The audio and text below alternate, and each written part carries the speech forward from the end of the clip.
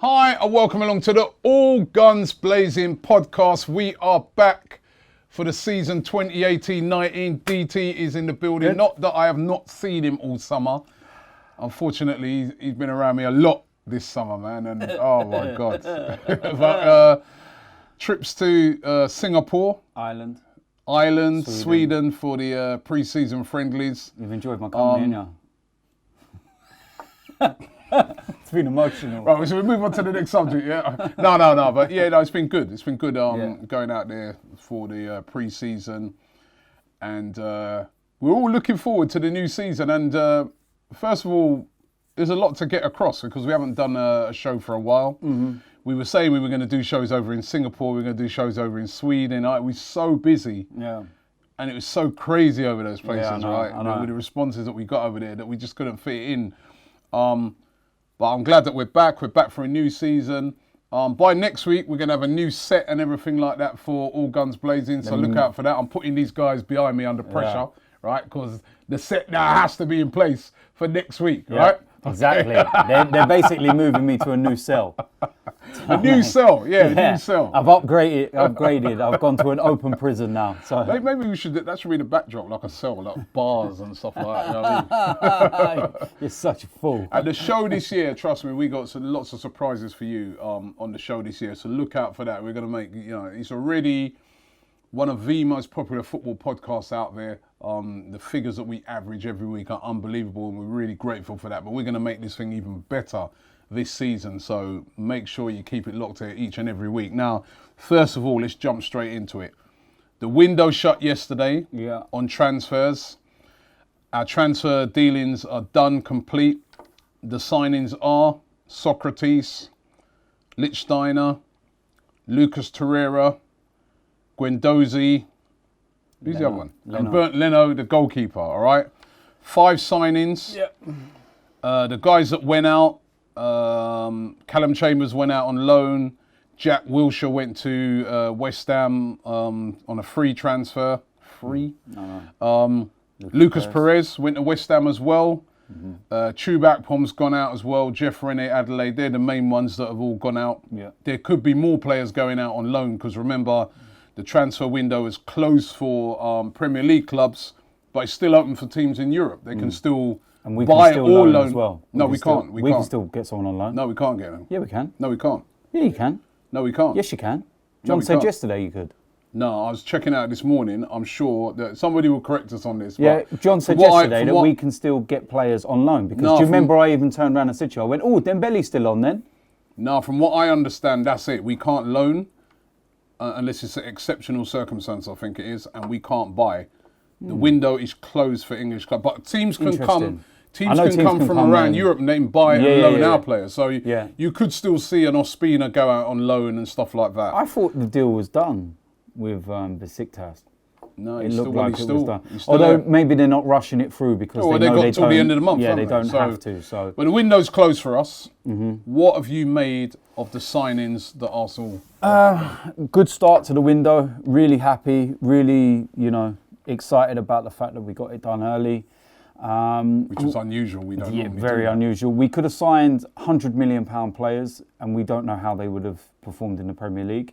I suppose there's more question marks over because they weren't the big exclusive signings and the excitement that everyone wants. We're like when we signed Aubameyang, what you're getting. So there's obviously a buzz and everything else, but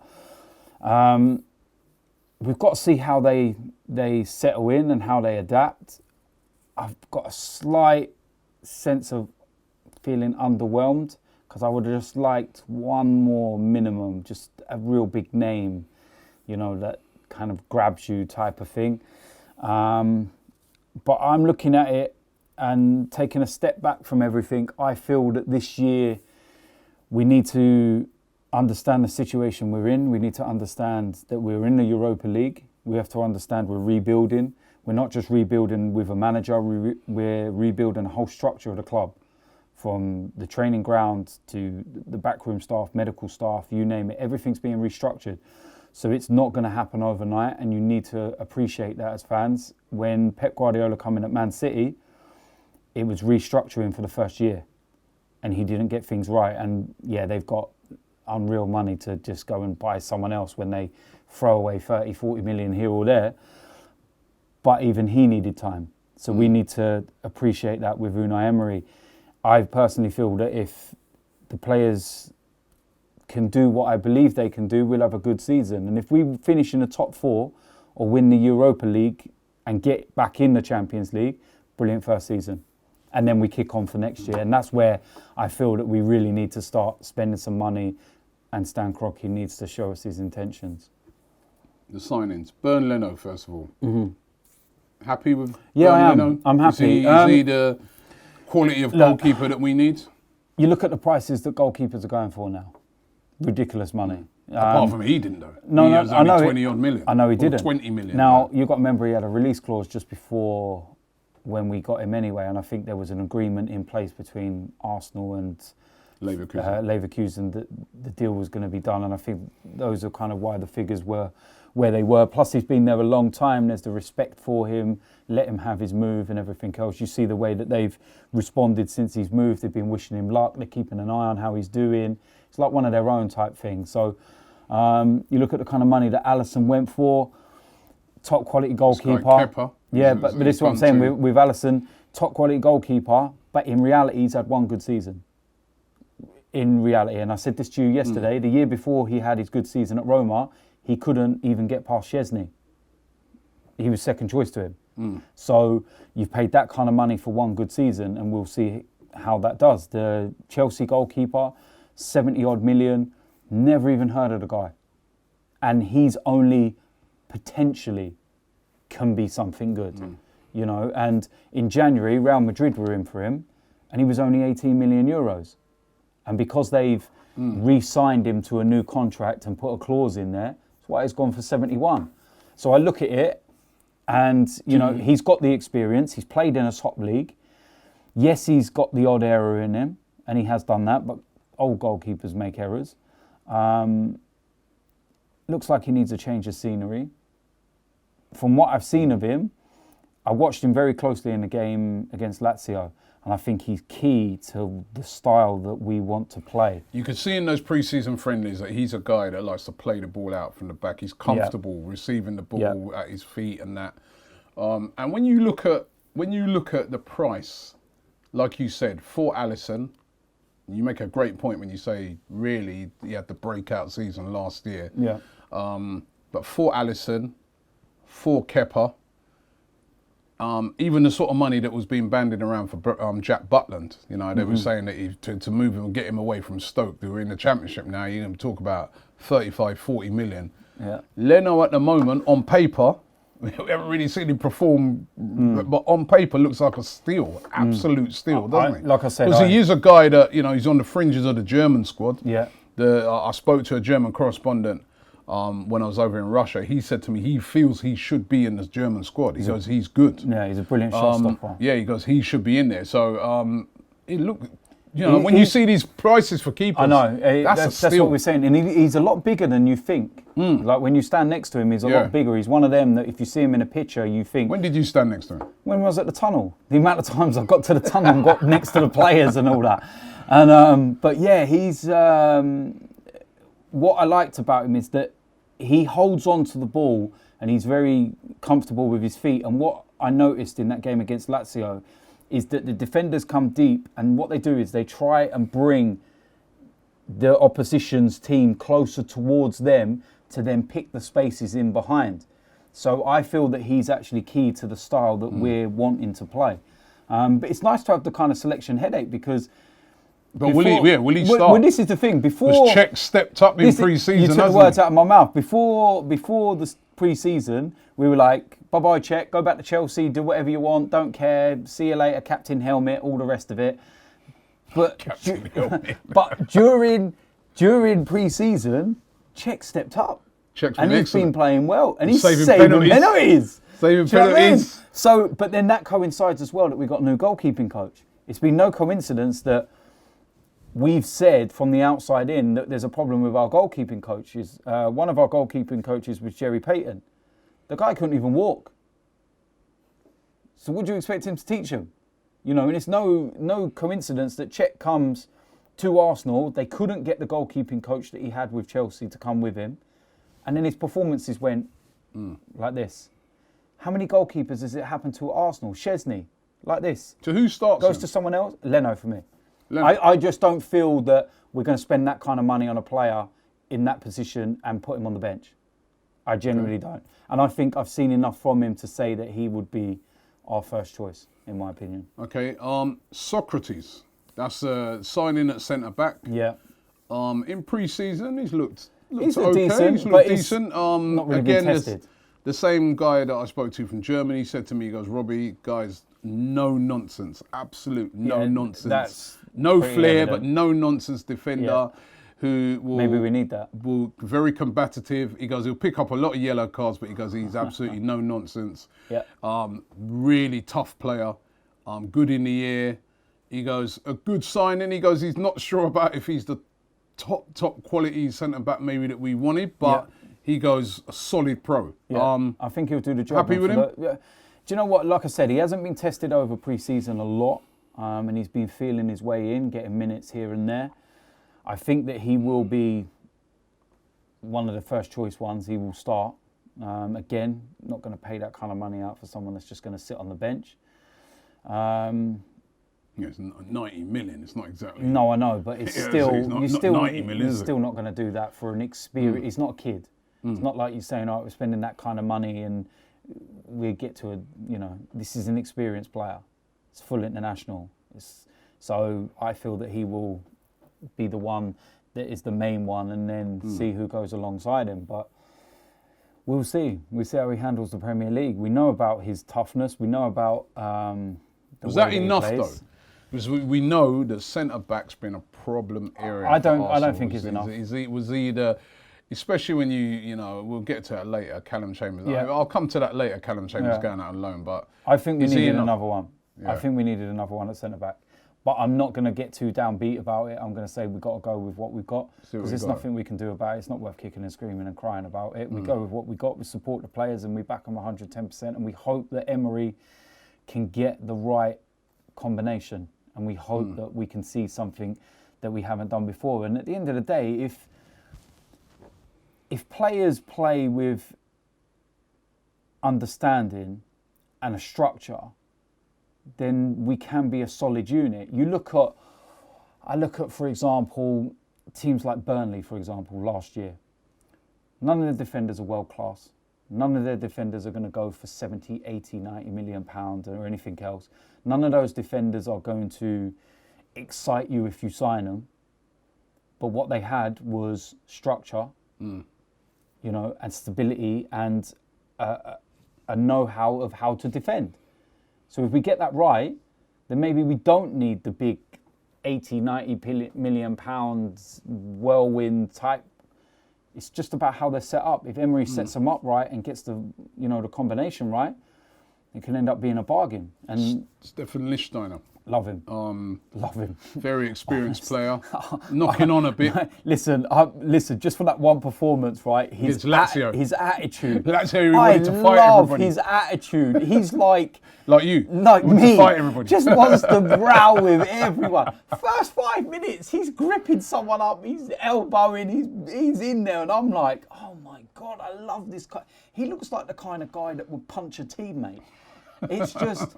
He's again, he's got a lot of ability, but again, another guy that's kind of no nonsense. I was chatting to a United fan yesterday, and I was saying, I suppose he's in a way, he hasn't got the pace of him, but in a way, like how they have Valencia, it's just a no nonsense right back. What I mean? May not be spectacular, but just no nonsense. And that's the thing. And I watched the ball that he put through for Lacazette on his weak foot. Whoa, that was some pass that was, and it was just.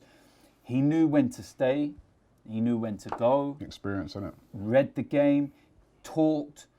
He was, in the first half, he was on the right-hand side. And where I was in that game, I was behind the dugout and where the tunnel is. Don't ask, sneak there again, didn't I? But I got really close and to see and watch what he was doing and talking and the way he was constantly speaking to Chambers and holding and telling them how to hold their line, when to press, when to drop. That's invaluable in my opinion. And I feel that Does he start Yeah. instead of Bellerin? Yep. All day. And this ain't against. I know we had an argument about it. Yeah, we had an argument. When don't we argue? But it's not. This is not anything against Hector Bellerin, right? And a personal agenda or anything like that. I genuinely believe that Lichtsteiner is a better footballer than Hector Bellerin. Bellerin's still a kid. He's still learning. Still got the pace though, Bellerin. Yes, he's got the pace, but what does he do with it? He never takes a man on. And when he does get into space, what's he do with the cross? Hit the first person. What's the point? You know, Certainly, you might as well put Usain Bolt on the wing. Certainly, this is going to be. Now he's got serious competition for his place. It might make him step up. Yeah, but it might make him, because in the past it's basically like he always plays no matter what. I mean, his competition was Callum Chambers coming in. And maybe if he isn't playing on Sunday, he's got to take a look at himself and go, ooh. You wouldn't start him on Sunday? What, Bellerin? No. Lichtsteiner. All day long. I mean, Bellerin's played all the pre-season, had a full pre-season training. The only reason why he's played a full pre-season is because Lichtsteiner's only just come back because of World Cup duty. Otherwise, Lichtsteiner would have been there from the beginning. But I watched Lichtsteiner during the World Cup, and he was playing 90 minutes. Up, down, up, down, up, down. You're playing against the best players in the world Cup. I watched his game against Brazil. He had no problems against Neymar.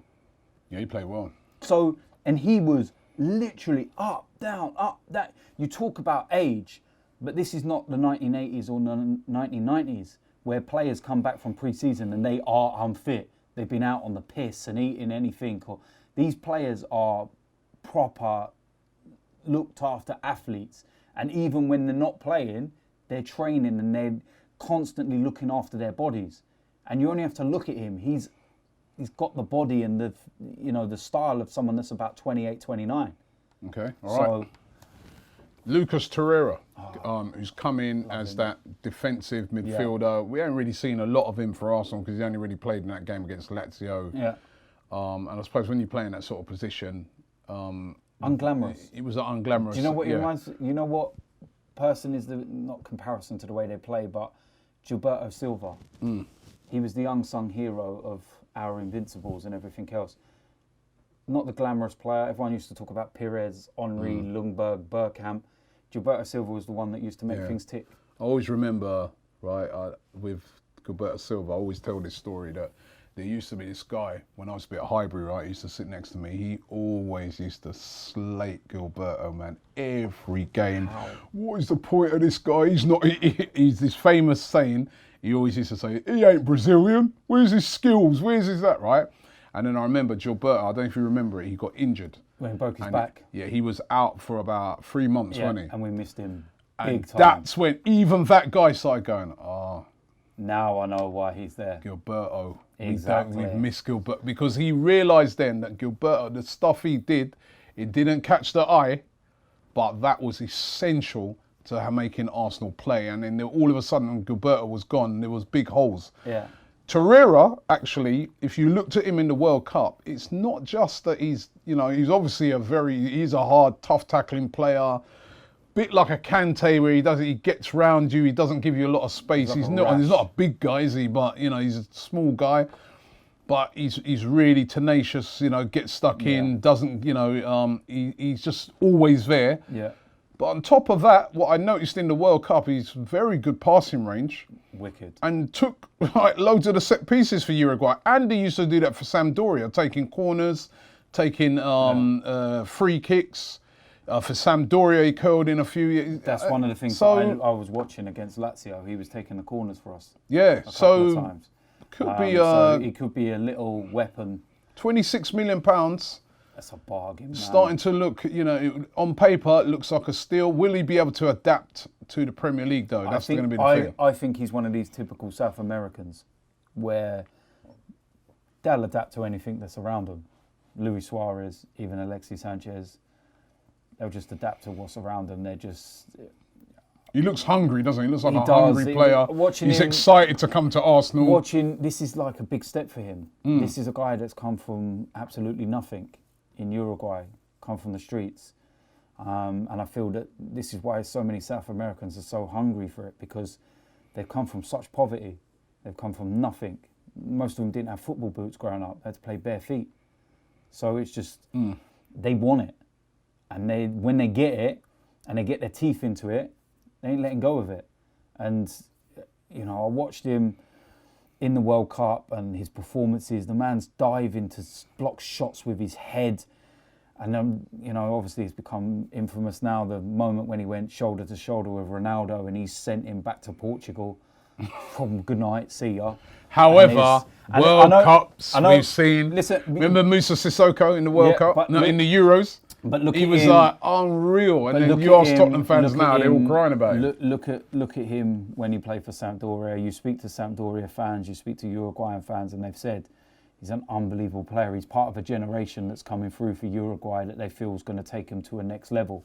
They look really good in the World Cup. But there's a group of youngsters that are coming through, and he's part of that, where they feel they're going to take him to, you know, and the next for them is the Copa America, which is what they want to go and win.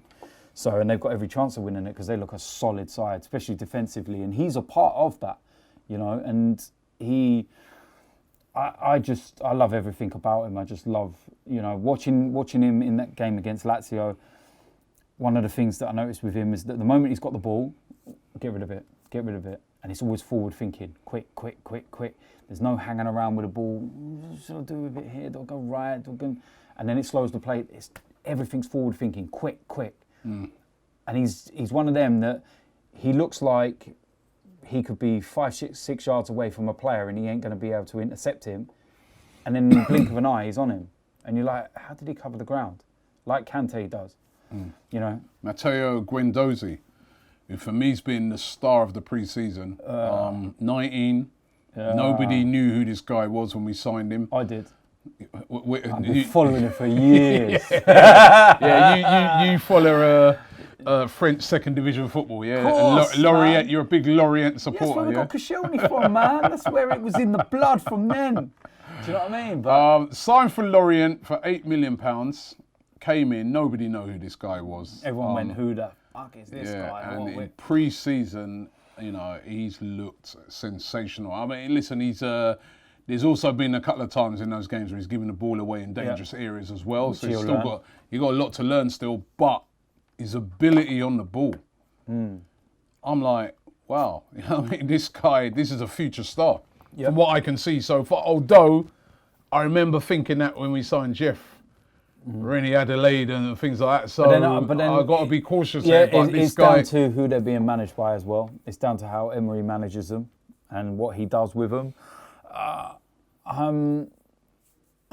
said it to you last week when we was in Sweden. I said that I'm still debating it. I don't know, but I would. Such a part of me that would be tempted to throw him in against Man City and let him start. Ooh. But then I just feel that with Aaron Ramsey returning and being in full training now, I think that in that kind of game, Emery may go for the experience. And I actually feel that Emery's going to make Ramsey captain as well. So I just think that he may not get the nod if, for argument's sake, the game was, with all due respect, at home to, say, a Newcastle or someone like that, or maybe a newly promoted side maybe, and not Man City, then I feel maybe Ramsey may not have been just really pushed back into the game after only starting training again this week after his calf tightness and whatnot. But I feel for this game we need experience, and the fact that I feel that Torreira will start as well, maybe sitting those two who've never played a Premier League game, might be too much of a risk against a side like Man City. So Torreira is not so much of a risk when you've got someone like Ramsey alongside him who's got the experience. Okay, so those are the players that we've signed. We didn't sign a winger. No. And we could have done with another centre back, like you said. But it's done now. It's closed. That's it. And then the players that have gone out, the biggest ones, Jack Wilshere for nothing, for free. Still pisses me off a bit. You know what I mean? That we lose a player of his quality for nothing. But he's gone to West Ham. What did you make of that? I'm gutted. Because selfishly and personally, I know the guy personally off the pitch. And, you know, he's Arsenal through and through, and it's like I said, just not just a part of, there is that selfish part of me that wants him to stay. Arsenal through and through is going like that in his picture. Listen, look, at the end of the day, right? on your irons. Dad's West Ham. To sum up what But kind no, of, he is. No, he to is, sum up he what is kind of Arsenal through person and Jack through. Wilshere is that the day before I went in for surgery, he messaged me to wish me luck for my surgery. He said that he'd heard that I was going in for my operation and that I wish you all the best and everything, and I'm thinking about you. And then I messaged him straight back to say that it'd actually been moved from the start of the week to the Saturday, and explained why and everything. And he said, blah, blah, blah. And then they went out to play their game in Russia. And I was like, I can't get there. I said, you lot better bring me back a semi-final place and whatnot. And then I messaged him after the game and I was like, you lot are going to be the death of me, man. Because you remember we went 2-0 down. And he was like, it's fully under control, bruv. Don't worry. And he was like, get yourself ready for the semi-final now. And then he actually messaged me on the Saturday morning to say, I'm thinking of you today and whatnot. Then messaged me after to ask how I was. And then spoke to me about my address and whatnot and said he was going to send me a load of stuff and everything. He's a proper gooner. He's a nice lad, and seriously. I'm gutted as well. And it's not even just that. I just felt that it would have been nice to have kept a guy that obviously is Arsenal through and through in that structure, in that team. Yeah. But obviously he wants to play football week in, week out. And I don't think nobody begrudges him. I don't blame him. Moving on, Lucas Perez. West Ham. Yeah. £4 million. I think that he's... £17 million we paid for him. The only reason why we sold him for £4 million is because some idiot put him on 90 grand a week. This is as simple as that. Because no club is going to pay Lucas Perez that kind of wage and pay the panic transfer. buy, wasn't it? Yeah, it was. He would have been, in today's market, we would have probably still could have got a good 15 million for him.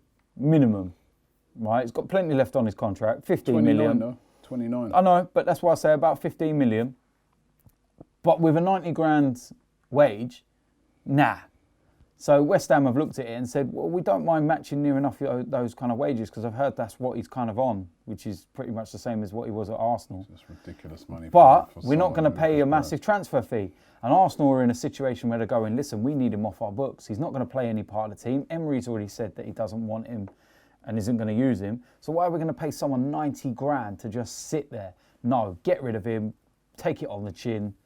We lose out on this one. Bye-bye, see you later. Whereas before, we've left these players go on loan. He kind of represents all that was wrong with that old regime of buying players. I mean, I remember when we bought him, right? That was a panic buy. It was. Right, and... Because some of us were moaning. £17 million. But it's my fault. Yeah, but there should be structure too. It shouldn't be... There was no you're structure. buying players, you shouldn't be about people moaning. It should be about there was no structure. What I like this season is that we bought what we need, and we've done our business early. That was like a last minute deal, big money supermarket for a guy. sweep. Yeah, you know what I mean? And I feel now we've ended up losing £30 million. I actually feel that Perez was a stat signing as well. Yeah, obviously they would have seen the stats and stuff like that. No real proper research done on it, and he didn't really work out at Arsenal. I mean, they quickly realised when he come in, he didn't fit what they were trying to do. Yeah. So that's, he's moved on. Akpom's moved on. That's no surprise. Been there for a while. Hasn't really worked out for him. Wish him luck. Jeff Rene. I was a bit surprised at that. At the time, because he started the pre-season with us, started really well, scoring goals, and then out of the blue, didn't get included to Singapore. And initially we thought, okay, it's because he's going to go on loan, and he's going to get a full year somewhere else, because I know he's had injury problems and whatnot. And then boom, gone. Callum Chambers on loan to Fulham. Shocked. What's that all about? I don't get that one, unless the manager don't rate him. Yeah, that could be the only reason. I would have thought, if anything, Mavropanos or Rob Holding would go. Yeah. On loan. They're the younger, they need more experience to me. Callum Chambers, when you put him alongside, Mustafi, or you put him alongside Socrates, you put him alongside Koscielny, he's actually quite decent. And I don't think he's ever had a proper chance to play in his right position, which is centre-back. He's always been just... And I've got to say as well, in the Chelsea game in Ireland, when he came on for Hector Bellerin, he done more in that 10 minutes than Bellerin did in the previous 80. Simple facts, he done all right. You know, weird that one, especially that we ain't brought nobody exactly, in to that was the replace thing. him. When he went, we sat there and thought, okay, there must be a name coming in. There must be someone coming in. That's the logical reason why. Well, it looked like we were trying to get Vida, Demojo Vida from Besiktas, but they wanted too much money. Unless he's looked at it and said, look, I've got 5 defenders here. One's coming back at Christmas in Koscielny. What type of Koscielny's coming back? I know, but, you know, they could have been looking at that and saying, we can't have 6 on our books. Got to trim it down to 1. We're gonna gamble with 4. A couple of the other younger ones that are hardly going to play. I know, but that was obviously Emery's decision. Yeah, he's obviously had to look at the 3 of them and decide which one to chop. And he just signed a new deal. I know. It's strange, but are they looking to cash in on him? Send him out to Fulham. Knows? He plays really well, then they can make back all their money that they outlaid on him, nearly 70 million. Listen, we're going to have to ask that question to Unai Emery as to why he went and why no one else was brought in, because we won't know. It's strange. It's strange. But that's it. That's the business done. Can I just say as well? How is Cole Jenkinson still here? Could still go out on loan. Remember I said please that, go. Just go, man. Seriously. He's another one. 45 grand a week. Who gave him a contract till 2020? But seriously, I'm not listening to none of this sentimental bullshit anymore. He used to be an Arsenal fan. He's got pictures on his wall. I did. Give me 45 fucking grand a week. Yeah, but you see, how are you having a go? You didn't say that about Jack Wilshere, innit? Just because he messaged you. No, Jack was good. Jack was a player. Jack could actually do something. Carl Jenkins, he started off all right. And then he got I knew we'd argue something. Wait a minute, he started off all right, didn't he? No, he's dreadful. He started off all right. Dreadful footballer. He started off all right, then he got injured. No, he's a dreadful footballer. Then he went last season. Flopped at Birmingham. He's flopped everywhere. Last season he went to Birmingham again. He started off well at West Ham. If he stays on got our injured. books, Wait a minute. He started off well at West Ham, got injured. Started off well at Birmingham last season, got injured again. What about started off well at Birmingham? He got injured in the first appearance for them. Was it the first? Yeah, Man says that he played well at Birmingham. Up until he got injured in that first appearance in West Ham. Jesus But they're still Christ. unlucky though, and he was out the whole season. No, at the end of the day, right, he's not good enough. He's taking 45 He does grand a need week. moving on. If he stays at the club until the end of his contract, he would have earned £5 million. What would you do if you was in his position? Would you go? Would you say, I'm going to go to Charlton and get £5 grand a week when I'm on 45 grand? But this is what I'm Come saying. on, man, no, be real. But this is what I'm saying to you. Whoever put him on that contract in the first place is the one that needs a drop kick. But then you're looking at potential.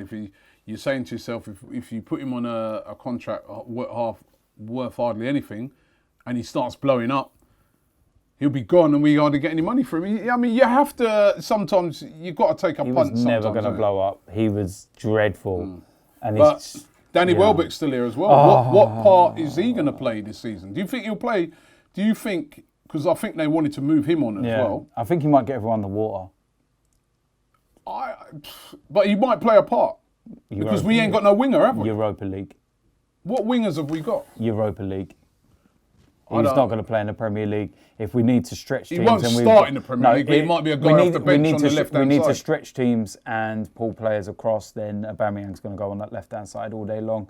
You only have to look at pre-season, and that's pretty much what Emery's gone with, which is Aubameyang out on the left-hand side and then Lacazette through the middle. The one time he put Lacazette on the bench and Aubameyang through the middle was the Chelsea game in Ireland, and we had no width. But we've got a decision to make on him as well, because his contract is already got less than a year left.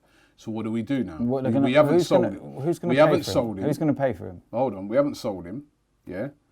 And he's still getting big money. What do? Do we sign him to a new deal? Do we let his contract run down? Then all of a sudden he comes in, has a good spell, and then he can walk away. We get nothing for him. These are the dilemmas. Yeah, but again, this is part of the old regime, and I feel that we've just got to bite the bullet. These are the dilemmas. I know that you have. Right? I remember Robin van Persie. We've still got to bite the bullet. We've got to bite the bullet with these players. Robin van Persie, when he first, everyone was like, "Get rid of him." Danny Welbeck is not even in the same stratosphere as Robin van Persie. Of course he's not, but I'm just giving you an example that Van Persie, right, at one time was always injured, and lots of fans were saying, get rid of this guy. Yes, but the difference is that you knew what Robin van Persie had. Hold on, he then literally came into the team because he had to, because we didn't really have no one else.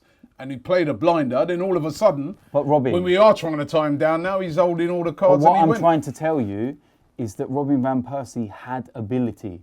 He was a good player. You knew what was there. It just had to be injury-free.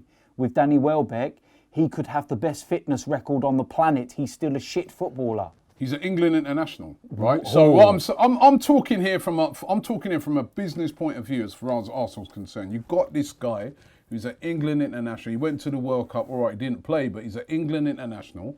His contract is running down. Yeah. What do you do then? What would you do? You just let it run down? You're going to have to let it run down and we can get rid of him. Get him off the wage bill. Bye-bye. See you later. I'm just asking you that if he comes and starts playing well and then he goes for 2 million in January or for a free, that nobody starts moaning, because these are the dilemmas that you have with players' contracts. And then people a lot of times after the fact say, well, why didn't we sign Jack Wilshere up for 10 years? He isn't going to be. The only two players that I look at and I think, oh, they could come back and bite us in the backside this season are Wilshere and Perez. They're the two where they could actually perform and we get a little bit of a slap in the face for it, especially Jack Wilshere. If he performs, then that will be hard. But with if Jack Wilshere's fit, he'll perform. Yeah, but with Danny Welbeck, no, I've got absolutely no problem. I'll help Arsenal save money by driving him to wherever his next destination is. I don't care. I noticed with this guy, you got players you love, and they can't do nothing wrong. You. No, it's true. It's true. You know, Granit Xhaka could play 4 or 5 games and be terrible. And you no, he's good, he's brilliant, give him a chance. And then there'd be other players. You're just the same. You got other players. You're just the same. No, I'm not the same. Yeah, right? you No, are, no. I judge players fairly. You are. But then there'd be other players. As well. Bellerin, Welbeck, they're two. No matter what they do, you'll be on their case. I've noticed that with you. Nah. Xhaka, Ozil. Ozil could play terrible. Ozil is world class. Why is everyone on this Don't say a word about my guy Mesut. See? My guy. My guy see? Mesut. I'm still trying to get an invitation to his wedding. You see what I'm saying? So you've got your favourites that they can't do nothing wrong. Granit Xhaka, because you told me last year that Granit Xhaka had a great season. No, I said he had a great end to the season and he was one of our more consistent players. Over how many games was that? Over about 10 to 15 games. Yeah.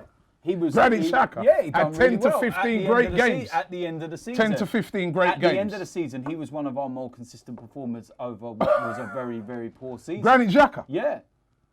Don't hate. Is it a different... No. Maybe we're looking at a different guy. And with Mesut Ozil, guy's undoubted what he's got. The things that Mesut Ozil got away with towards the end of the last season, hardly playing... Hold on a minute. Hold on. Hold on. I've got a little cold. I can't play. Hold on a minute. If that had been anybody else... See, this guy, man, he don't let you talk, man. You got more waffle than Captain Birdseye. Seriously, right? I tell you what was done, yeah? Many a time when Ozil was off and stuff, I went on my fan cams after and I criticised him. And I said, if he isn't really ill and he's just being like, go and watch him back. I criticised him when I had to. Yeah, but you didn't go in. You didn't go in like you would on other players. There was one time where, before Ozil signed his contract, I said, if you don't want to be here, fuck off. Actually. So when I have had to criticise players, I will. He's played games when he's been poor, away from home and that. Yeah. And you be like, when someone mentioned Ozil, no. You know that usual thing you do. No. No, it's like, no. And the same, you got your favourites, the same with Granit Xhaka as well. I like Granit Xhaka. Right? I like Granit. I don't think he'll start on Sunday. He's not delivered for us in the 2 years that he's been at Arsenal. He has not been very good, if I'm being honest. Played in the... wrong position. What's his right position then? He's more of a deep line playmaker. He's playing deep? No, he's been playing defensive midfield. That's not his position. You'll see more Xhaka better with Torreira behind him. Someone who actually plays. Does he get in the team? I haven't... Because, you know, at midfield, if you've got Torreira there... I don't want to give too much away because I've got a preview video coming out tonight all right, of the game. But forget the first game. Forget the first game because there's fitness issues of players back from the World Cup. I think eventually... How's he getting the team? I feel that he will be... Instead of... I feel that with the system Emery plays with 2 in front of the 4, he will be the most, suited. So who do you have? You'd have him, And Torreira. Torreira, with Ozil in front, I presume, yeah? So you drop Ramsey. Well, Ramsey can go with Mkhitaryan, either one of them two. Right. Well, it's not natural wingers. They're more Diamond. this way. They're more inverted. Diamond. So I think how it is. It's 4-2-3-1. It's more like a Christmas tree.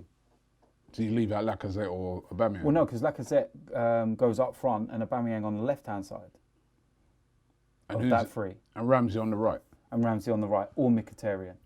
Or you've got Reece Nelson. There's loads of little options. Or you can have, instead of Xhaka, you can have Guendouzi in games. So I think Xhaka. It's nice to have options. I think Xhaka, he has to deliver this season. Yes, he has to. I know under Arsene Wenger, he was obviously a favourite of Wenger. He played week in, week out, without justification a lot of times.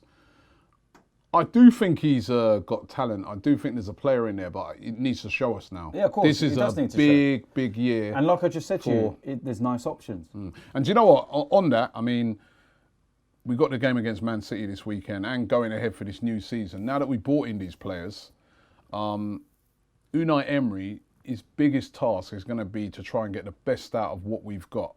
You know, because we do have some really good players when you look at it. You know what I mean? Aubameyang, Lacazette, Mkhitaryan, Ozil, right? Xhaka.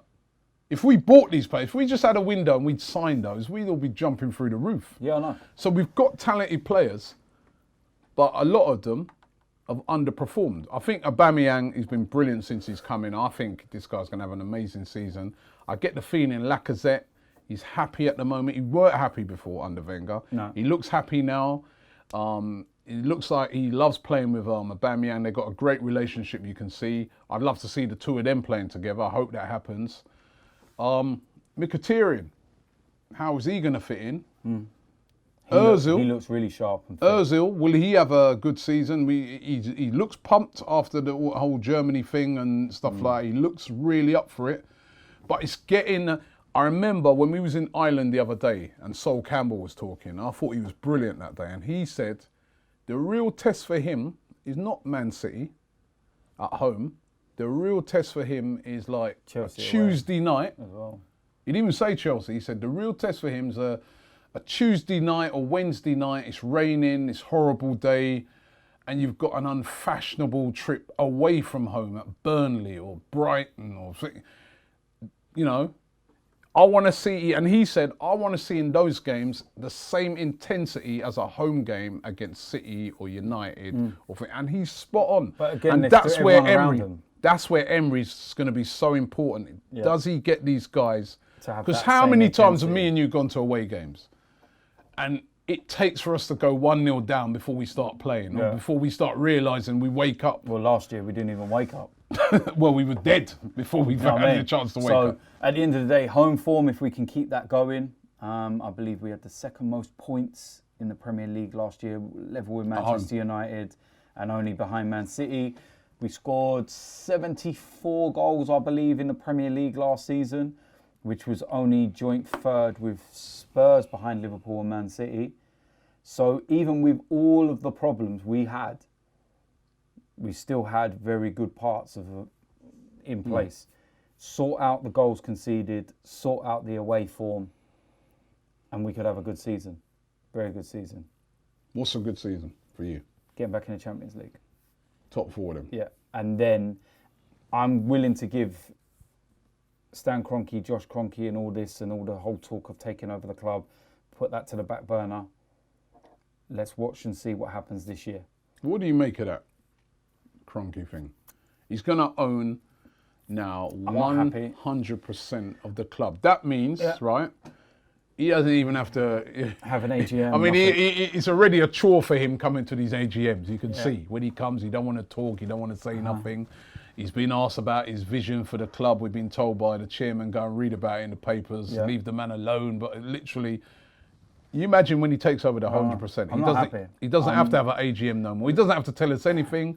He can do what he wants. Listen, right? If he It's the end of an era at this football club. It is an end of an era, and it's tough and it's hard, especially when, you know, people like myself that have got generations in my family and how it's been brought through. From my great-granddad to my granddad to my dad to myself to my brothers to my children to my brother's children and whatnot. But if he backs his talk and actually backs the manager and does everything in a year's time and we start competing and being up there, I don't care how much of the club. What's wrong with backing your manager now with the right funds? I feel... Right, there's a new manager that's gone in at Everton. Listen, this was the conversation that I had yesterday with John as well. I feel that there's so much change within the club that they're looking at it as, I'm hoping anyway, they're looking at it as a year of stability. We're never going to just change everything overnight and get from where we were to where we want to be overnight. Not even Manchester City did it. Now listen to me, right? What I'm saying. We've got a lot of deadwood in the club that we need to get rid of, all right? We still haven't got rid of it, and we've seen how hard it is to get rid of them. We look at the changes in the backroom staff, medical staff, fitness coaches, goalkeeping coaches, assistant managers. There's a lot of change. Right? And if you do too much too soon and jump in head first, it could all implode. So I feel that the idea is to get stability, keep the core of what we've got on the pitch, add a little bit here or there that's needed, which I feel Emery's done. He's gone, right, need a goalkeeper, need a right back, need a centre midfielder, need a defensive midfielder. Let's go. Get us back into the Champions League, and then we can start to try and flex our muscles. Suppose we don't get back into Champions League. We'll cross that bridge when it comes. We start a new... We haven't been in the Champions League for the last two seasons. But this is the objective. Now, Emery specialises in the Europa League as well, because remember, we're lucky that there's two avenues for us to get into the Champions League, whereas everyone else, they've got one avenue. You know, really, because effectively, no English club's going to win the Champions League. Someone might get a good run like Liverpool did last year, but no one's really good enough to beat the likes of Madrid and Barca and all them lot. We've effectively got two really good routes to get into the Champions League. Hold on. But are we good enough to beat Atletico if they drop down again with what? This is what I'm saying. Well, right? You saw what you're saying. You say that. No. You say that. But I feel that we were very lucky not to beat Atletico. First leg. Unlucky, you mean? Yeah, very unlucky, sorry. First leg, tie should have been over. Game done. Simple as that. Stupid error by Lauren Koscielny, right? Which is brought in by the mentality defensively. So hopefully now, I'm only picturing a Socrates, for example, in that position. He seems like the type of guy that's not going to try and flick the ball over Griezmann's head and take him on. He's going to absolutely boot that ball out of the stadium. But if you buy a top quality centre-back, like a Godin, like what Atletico have got, you're guaranteed that he's not going to make that mistake. No, I know. He's going to put the ball into Rose as well. That's what I'm trying to say. But you're guaranteed. There's no doubt. This is what I'm saying. So this is what. Let me just say for a minute, yeah? So what you said there, my argument is this. Stability, yeah, but he's made 5 signings, yeah? Mm-hmm. Now, what if you as the owner of the club, you back the new guy that's come in? Everton got a new guy, Silva, that's come in. They've backed the guy, right? Well, you need a defender? Oh, well, Yerry Mina, he's like one of the best available defenders around at the moment. It's going to cost about 30 million, we'll get that. But did you, Socrates or Yerry Mina? I would have had Yerry Mina. There's a reason why Everton are doing it, and you were told it yesterday. The reason why Everton are spending money now is because for the next few years, they're not going to spend a penny because they're pumping everything they've got. Yeah, John Smith is speculating that. But what I'm saying is, well, I would rather take his word over yours. Whatever it is, right? Whatever it is, yeah. Someone's told you something now, so you're just taking that as gospel. I'm looking into this thing deep, and I'm saying to myself, you've got a new manager, right? Instead of if I'm backing him as the owner, I get what you're saying. I'll say instead of you need a centre back, but you know what? I'm going to give you enough money so you don't have to buy Socrates. You can get someone better. You're only going to buy one centre. We're not saying to go out and buy 10 centre or 4 centre backs. You're still going out to buy one, but you're going out to buy the best centre back available out there, right? And this is where I talk about backing your manager with the right amount of funds. We've spent £70 million. Fulham have spent more than us. I get what you're saying. Everton. I get what you're saying. That's what I'm, I know, I understand. And I Stan do Kroenke have Stan that. Kroenke, throughout his tenure, has not backed the managers with the right amount of money. How's he going to change? I can't see it. This is why I'm saying to you, I get what you're saying, but with the changes that have been put in place, I'm willing to give it this season to see how it goes. This is not about Emery or anything else. This is about Stan Kroenke, Josh Kroenke. I saw a lot from Josh in the last 3 months of the end of the season and how hands-on he was. He's the reason why Wenger's gone. So I'm looking at it as well and saying, Daddy's passing down what he's got to Josh. You're hoping. Well, Gazidis is going to go, right, to Milan. I think Josh is going to take over as the CEO. Josh is going to be the hands-on one. Stan's going to stay in America. Stan's got his hands tied with court cases, with Rams, the unit. I feel Josh, now this is his... You feel? This is what I personally believe, right? This is his first real big gig. He doesn't want to fail. He wants to show Daddy that he can take over the mantle when Daddy passes it down. Because his old man's not getting no younger. You feel? No, this is my thoughts, right? I feel and I think that this is what's going to happen. So I'm willing to give it this season to see exactly what happens. If we get into the Champions League, right? And yes, there is if, buts, maybe. Football's all about if, buts, maybes. You know what I mean? If Dennis Bergkamp had scored that goal in the semi-final of the FA Cup against Man United, they would never have won the trophy. This is what I'm trying to say to you. If the owner gave him the right amount of funds, but it's what I'm trying to say to you, Robbie. He gets into the Champions League. Nothing in this world is given. It's going to be. That's what I'm saying. Everything's ifs and buts and maybes. Nothing is given. Top 4 this year is going to be very difficult, right? Because if you look at it, right, you've got Man United, Man City, Chelsea, who's, despite what's been going on, their new manager, they spent big as well. You've got Tottenham, Liverpool. I had this gone conversation crazy, with you yesterday. Right, then you start to look at the teams that traditionally you take points off. They've strengthened. West Ham. I don't think the top 6 is going to get touched. Everton. Top 6 is not going to get touched. Fulham. The top 6 Fulham is not going to get touched. In my opinion. We were looking at. Yeah, but the top 6, in my opinion, top 6 is not going to get touched. But there's going to be teams there will take points. Yes, they will. So they will. But what I'm on about top 6. I'm saying I personally believe that Man City and Liverpool are in a bracket above the rest of us. I feel that those two are the ones that are the strongest. Because they brought a lot of quality. Yeah, I feel that those are the strongest. I then believe that Arsenal, Chelsea, Man United, Tottenham, any 2 of those 4 can finish 3rd and 4th. Yep. And it just depends how the season goes, who gets a bit of luck, injuries, whatever.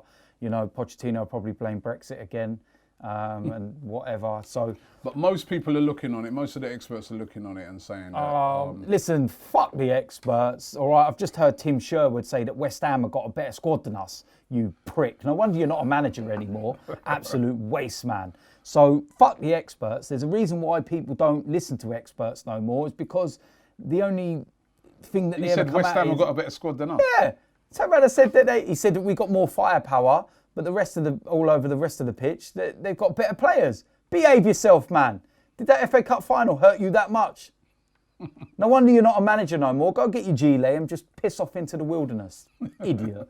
So don't listen to what experts say. But you know what? The one thing is they can rival us in certain positions at the back and that, because as I said, Everton signed Yerry Mina. Now, if I was going and I was looking, I'm thinking Yerry Mina or Socrates.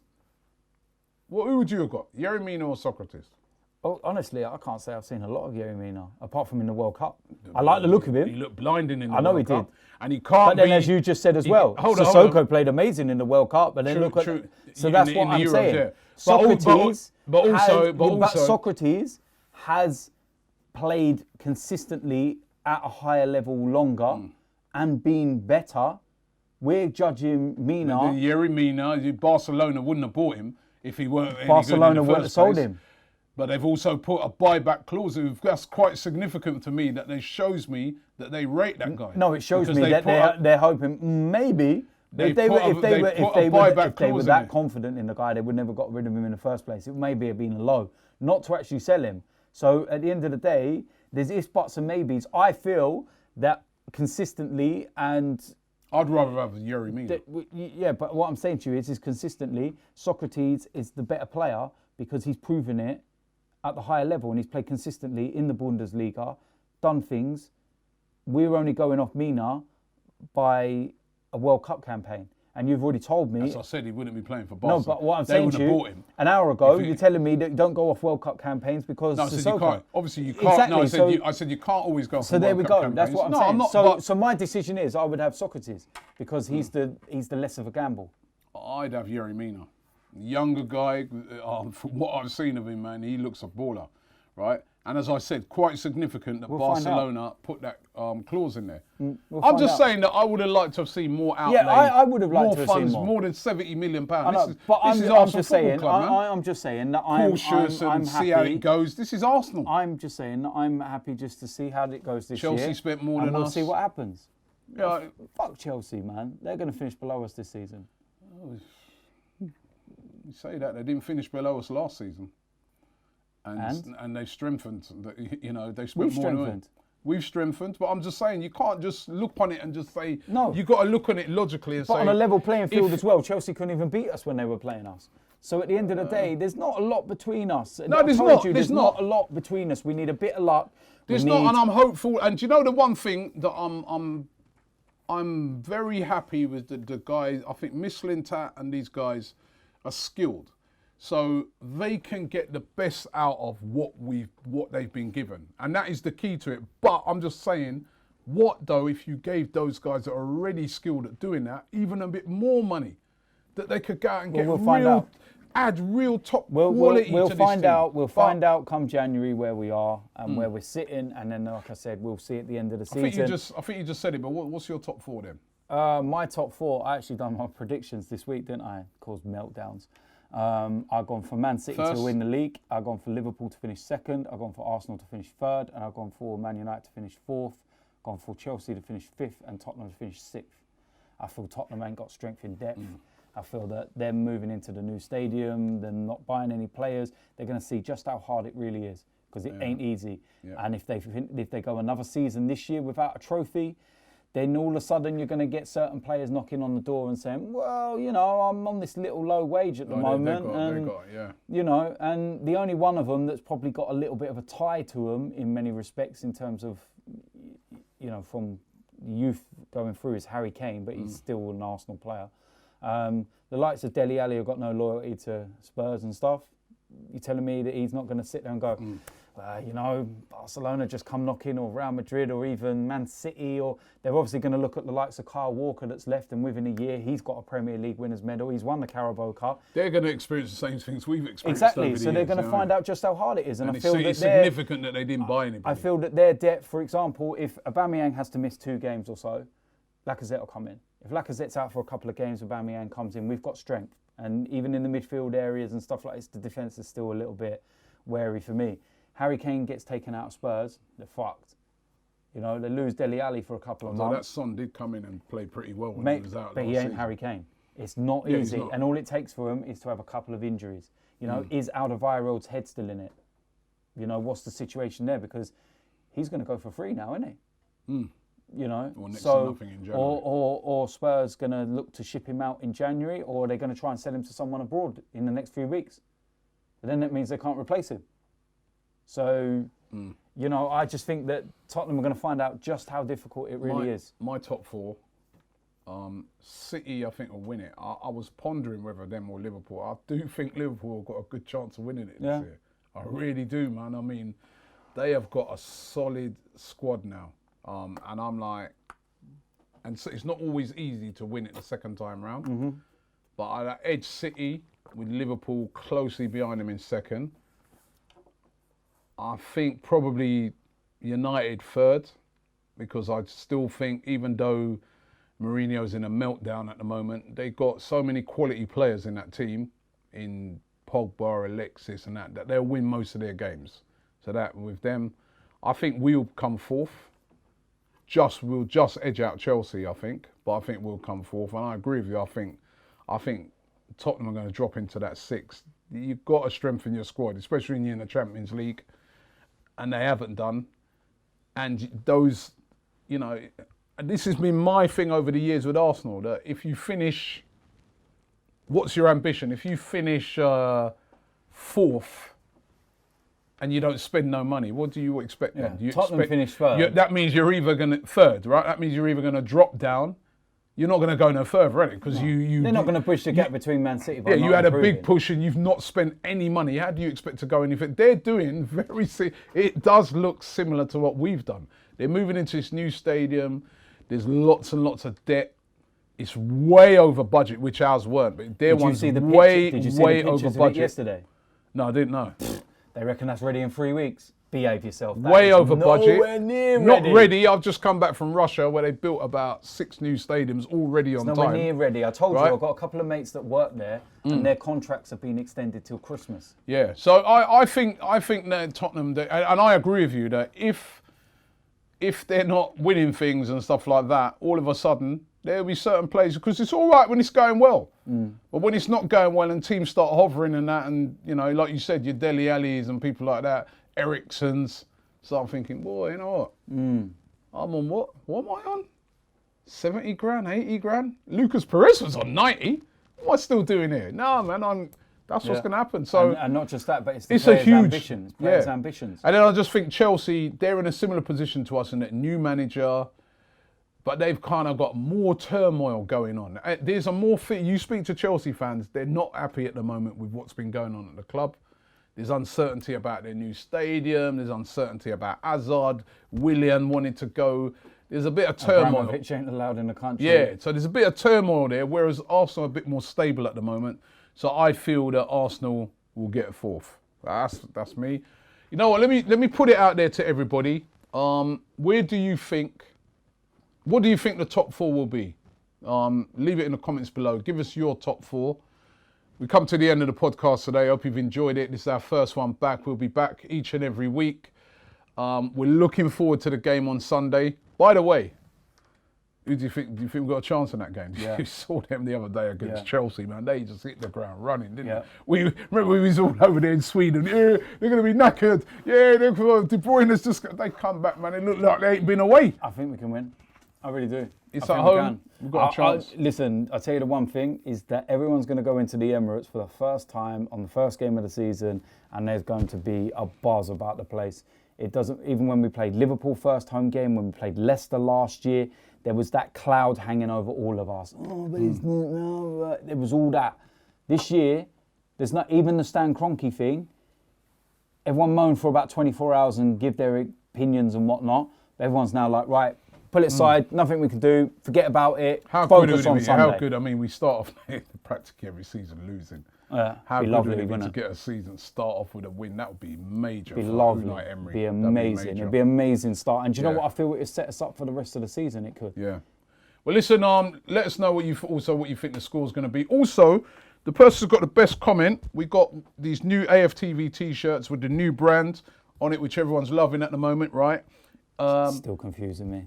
I'm just used to ArsenalFanTV, and now it's AFTV. I've got to get used to it in my head. It's weird. It's not hard, AFTV. No, it's just weird when you're so used to, like even you, I even corrected you in the last one, and you'd say no, because you went AFTV, DT, and I was like, no, it's ArsenalFanTV, because I'm so used to going ArsenalFanTV, DT, disappointing result today. Well, I'm going to be saying to you, AFTV, are you happy with the win today? Let's hope so. Yeah. Let's hope so. AFTV, we've just beaten Man City 3-0. Happy, DT? No. No. Why did we bring on Welbeck? He scored 2 goals. He's made me look like an idiot now. Listen, thanks for watching. Right, we're going to be back next week. And as I said, person with the best comment, you win yourself one of these brand new AFTV t-shirts. We're so looking forward to the season. Listen, our coverage of games now, Arsenal games, home and away, is going to be more comprehensive than ever on every single platform. So you make sure you check us out throughout the season. And listen, it's good to be back, man. Yeah, man. Back again. Back again. Back again.